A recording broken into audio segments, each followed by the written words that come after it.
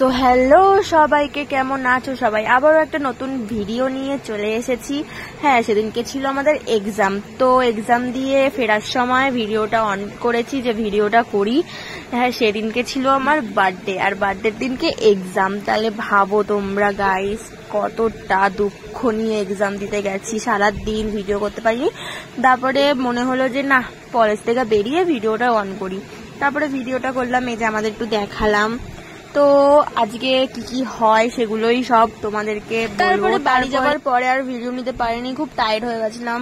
তারপরে চলে যাই আমার একটা স্পেশাল মানুষের বাড়ি। তো ও আয়োজন করেছিল, আমি জানতামই না যে ও বাড়িতে রয়েছে। তারপরে ফোন করে বলে আয়, একটা জিনিস দেবো, নিয়ে যাবি। তারপরে গিয়ে দেখি ও বাড়িতে। তারপরে বাড়িতে যাই, ওর দেখি ডেকোরেশন করেছে, খুব সারপ্রাইজ হয়েছি, খুব আনন্দ পেয়েছি। হ্যাঁ, তারপরে খাইয়ে দিই ওর ভাগ্নি, এটা ওর ভাগ্নি, ওকে কেক খাইয়ে দিলাম। খুব কিউট ছিল বাচ্চাটা, এই যে ওর মা মানে দিদি। তারপরে আমাকেও খাইয়ে দিল, কি কিউট না। তারপরে চলে যায় আমারও দুজন স্পেশাল মানুষের কাছে। হ্যাঁ, আমার এই দুই বান্ধবী, কি কিউট না দেখতে।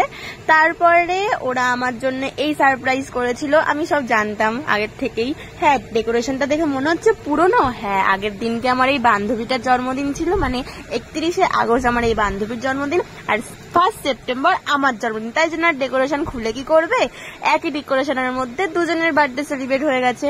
তারপরে আমরা ভিডিও করে নিই ভালো ভালো দেখে। তো আগের দিনের ভিডিওটাও আমি দিয়ে দিয়েছি, দেখে নিও সবাই। তো কি আর বলবো তোমাদের, প্রত্যেক বছর বার্থডেতে কারেন্ট যাবে, এটা মাস্ট। কিন্তু তখন কারেন্টটা যায়নি, রিং লাইটটা কোনো কারণের জন্য বন্ধ হয়ে গেছিল। তাই ভেবেছিলাম মনে হয় কারেন্টটা চলে গেছিল, কিন্তু যাবে কারেন্টটা যাবে, আর কিছুক্ষণ পরেই দেখতে পাবে তোমরা আমি অন্ধকারে কেক কাটবো। তারপরে কি আর আবার লাইটটা জ্বালালো। তারপরে কি আমার হয়েছিল, এরকম পাগলের মতন হাত পা নাচাচ্ছিলাম, নিজে নিজেই গান করছিলাম, নিজে নিজেই কেমন একটা করছিলাম, মির্গি রোগ হয়ে গেছিল মনে হয় আমার, বুঝতেছিলাম না। তারপরে আবার তিনজনে এসে পড়েছিল, ভালোভাবে আবার ভিডিও করি। তারপর আমরা ভিডিও করতে করতে আমি বলি কি সব ফেক ভিডিও, কিন্তু না গাইস, এগুলো কোনো ফেক না। আমরা তিনজনে মিলে একসাথে থাকলে পরে এরকমই হাসাহাসি করি, এরকমই মজা করি। কপাল করে ভাই তোদের মতন দুটো বন্ধু পেয়েছি, আমরা তিনজনে যেন একসাথে একভাবে আনন্দ করে ছ্যাবলামি করে এরকম করেই সারা জীবন থাকতে পারি। তারপরে আর কি, চলে আসলো সেই মুহূর্ত, কারেন্ট নেই কিন্তু আমার হাতে কেক, ভাবতে পারছো? তারপরে সবাই ধরে রয়েছে টর্চ লাইট, আর আমি সেলিব্রিটি মানুষ, আমি এখন কেক কাটবো। তো এখন একটা ভিডিও সেই ভাইরাল হয়েছিল না, ইসে নিয়ে মোমবাতি নিয়ে এরকম মুখে নিয়ে তারপরে হচ্ছে গিয়ে লাগানো কেকের মধ্যে, তো ওইটাই করছিলাম, কিন্তু আমি ব্যর্থ হয়ে গেছি। ওইটা প্রথমে ছিল সানগ্লাস পরাতে হতো, এই করতে হতো, তারপরে গিয়ে মোমবাতিটা বসাতে হতো। কিন্তু গাইস আমি ওই একটা কিছুই করে, তাই জন্য ভিডিওটা দিতে পারিনি। বাট আমাদের ধারা ট্রেন্ডিং ভিডিও দেওয়া আজ পর্যন্ত হবে না, এটা আমি বুঝে গেছি। আমরা কত ভিডিও যে সিলেক্ট করি আর কত ভিডিও যে করি না, কপাল ভিডিও ট্রেন্ডিং চলে যাবে, তারপরে গিয়ে আমরা ভিডিওটা শুট করব। তো বাদ দাও, ছেড়ে দাও। তারপরে গিয়ে আমি কেকটা কাটি। আগের বারও আমার সাথে এই ঘটনাটাই ঘটেছিল। কি ঘটনা তোমরা বুঝতে পারছো? ঘটনাটা হচ্ছে আমি মোমবাতিটা নেভাইনি গাইজ, মোমবাতি না নিভিয়ে আমি কেক কাটিয়ে সবাইকে খাইয়েও দিচ্ছি।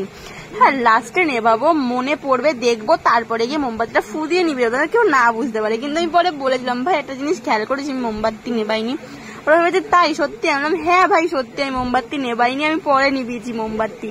তারপর আমি বলছি ভিডিওতে দেখে নিস, পরে আমি মোমবাতি নিভিয়েছি। তারপরে ওরাও ভিডিওতে পরে দেখেছে যে আমি পরের মধ্যে সেই নিয়েও হাসাহাসি, ভাই কি লেভেলের। তারপর দেখো আমি কিভাবে হাগুরের মতো হাত চেটে চেটে খাচ্ছিলাম, যা তা লেভেলের। তারপরে টর্চ ধরে আমার বান্ধবী দেখো কেক খাচ্ছে, মানে আমরা এত হাগুরে কি বলবো। তারপরে দেখো আমাকেও সাধবে, কিন্তু দেবে না, আমি আও করবো কি দেবে না, কি অবস্থা। তারপরে আমি নিজের কেক নিজে কেটেই খেয়ে নিয়েছি। তারপরে ও আমাকে দিতে চাইবে কিন্তু দেবে না, দেখো আটা কিভাবে করেছিল, আমি তাও দেয়নি আমাকে। তারপরে তারপরে আমিও একটা পিস কেটে নিয়ে আমিও হাগুরের মতন খেয়ে নিলাম কেকটা, মানে যা তার ভাবে খেয়েছি। কেক নিয়েও সার্জারি করেছি আমরা, কি দিয়েছে কেকে না দিয়েছে, কিন্তু কেকটা টেস্ট ছিল, ভালো ছিল। তারপরে চলে আসে আমাকে গিফট দেওয়ার পালা। তারপরে ওরা সবাই দুজনে মিলে আমার জন্য গিফট কেনে, সেই গিফটটা দেয়। দেখে নাও কি কি গিফট দেয়, আমাকে দিয়েছে, আমিও দেখাবো তোমাদেরকে, তো দেখে নাও। Happy birthday. Thank you. গিফটের প্রথমেই এই ঘড়িটা আমি দেখাই। ঘড়িটা আমি জানতাম যে ওরা আমাকে দেবে, আমি নিজেই পছন্দ করেছিলাম ঘড়িটা। তিনজনে মিলে একসাথে গিয়ে ওরা বলেই দিয়েছিল যে ভাই তোর জন্য নিচ্ছি, দেখে নে তুই কোনটা পছন্দ সেটাই নিবি। তারপরে এই একটা গিফট দেয়, এটা হচ্ছে একটা টপ ছিল, যেটাও আমি জানতাম যে এটা মানে জানতাম কি যে এটা দেবে জানতাম না, বাট দেখেছিলাম টপটা। ওরা জিজ্ঞাসা করছিল ভালো এটা ভালো, আমি বলছিলাম হ্যাঁ ভালোই লাগছে। তারপরে এটাও আমি জানতাম। এই যে দেখো, শুনে না ওরা বলবে। আমি দেখতে পাচ্ছিলাম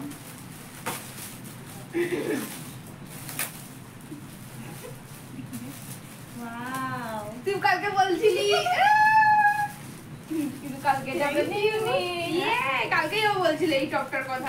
যেটা সত্যি সেটা আমি ভুলে গেছিলাম কোন দোকানে জামাটা দেখেছিলাম। তারপর ওরা মনে করে দিল যে সুরেন্দ্রনাথে আসতে, ওই দোকানটায় ঢুকলাম। আমি বললাম ও আচ্ছা ওই টপটা। তারপরে আরেকটা গিফট দিয়েছিল, ওইটা ধরেই বুঝে গেছি যেটা সেন্টের বোতল। তারপরে আমি এই সেন্টের বোতলটা কিনতে গিয়েও কাণ্ড হয়েছে, আমি তখন ওখানেও ছিলাম। আমি ভেবেছিলাম মনে হয় ও নেবে, যে বেশি হাসছে আমি ভেবেছিলাম ওর জন্য কিনছে সেন্টটা। তো আমরাও সেন্টটা আমাকে দেখাচ্ছে যে ভালো হবে কিনা, বললাম হ্যাঁ ভাই ভালো হবে, নে ভালো লাগছে। তো এই সেন্টটা যে আমার জন্য নিচ্ছে সেটা আমি একদমই বুঝিনি, বিশ্বাস করো সত্যি বুঝিনি। কারণ ও দোকানে গিয়ে এমন করছিল যে ভালো হবে তো, এই হবে তো, সেই হবে তো, কত কিছু যে বলেছে সেন্টে যে সত্যি ভালো হবে, এই হবে। তারপরে গিয়ে সেন্টটা যে আমার জন্য নিয়েছে, তো আমি সারপ্রাইজড হয়ে গেছিলাম তখন যে আমার জন্য নিয়েছে ওরা।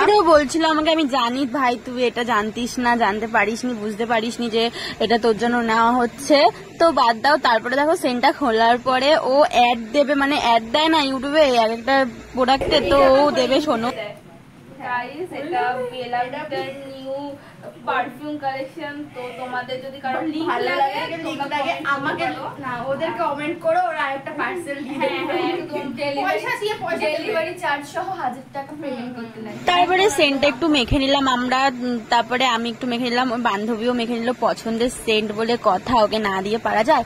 তারপরে ও একটু মেখে দিল, তারপরে ওকেও একটু মাখিয়ে দিল, যা তা করি। এই সেন্টটা আমি ভাবতে পারিনি যে সেন্টটা আমার, সেটা নিয়েই বলছি, আমি সত্যিই ভাবতে পারিনি। আর ও বলছে এটা কতদিন ধরে পার্পেলে আমি দেখে রেখেছি কিনবো বলে, কিন্তু কেনা আর হয়নি। তারপরে ও বলে যে আমাকে পুজোতে মাখতে দিস, আমি বললাম হ্যাঁ মাখিস তোরা মাখিস, সবাই মাখিস। তারপরে এটা নিয়েই কথা হচ্ছিল। তারপরে ও কিছুক্ষণ পরে বলে যে সবার সবকিছু ভালো লেগেছে কিনা দেখো, ও বলবে। আচ্ছা আমি আবার জিজ্ঞেস করি পছন্দ, আচ্ছা আমার জিজ্ঞেস করি রিয়া বাটে কেমন লেগেছে? ভীষণ ভীষণ ভীষণ ভীষণ ভীষণ। আর জয়িতা তো অনেক আর গিফটের কথা বলছি, রিয়া গিফট কেমন লেগেছে? খুবই খুবই হতাশজনক, আমার ভালো লেগেছে। বল সবই আমার জানা গিফট গাইস, তাই জন্য আমি সারপ্রাইজ হই। এগুলো কি এটা জানতোই না, আমাদের ডেলিভারি ছিল, এটাও জানতো না। হ্যাঁ এটা আমি জানতাম যে আমার এই ছোট্ট ভিডিওটা তোমাদের কেমন লাগলো কমেন্ট বক্সে প্লিজ জানিও। ভিডিওটা ভালো লাগলে লাইক এন্ড সাবস্ক্রাইব করে দিতে ভুলো না। আর জানি নতুন ভিডিও করছি, ভুল হতেই পারে, সেটাও আমাকে কমেন্ট করে একটু জানিও, আমি পরের বার থেকে ঠিক করে দেওয়ার চেষ্টা করব। তোমরাই কমেন্টে জানিও আমি আর কেমন ভিডিও করব, সেগুলোই তোমাদের সামনে তুলে ধরবো। Tata bye.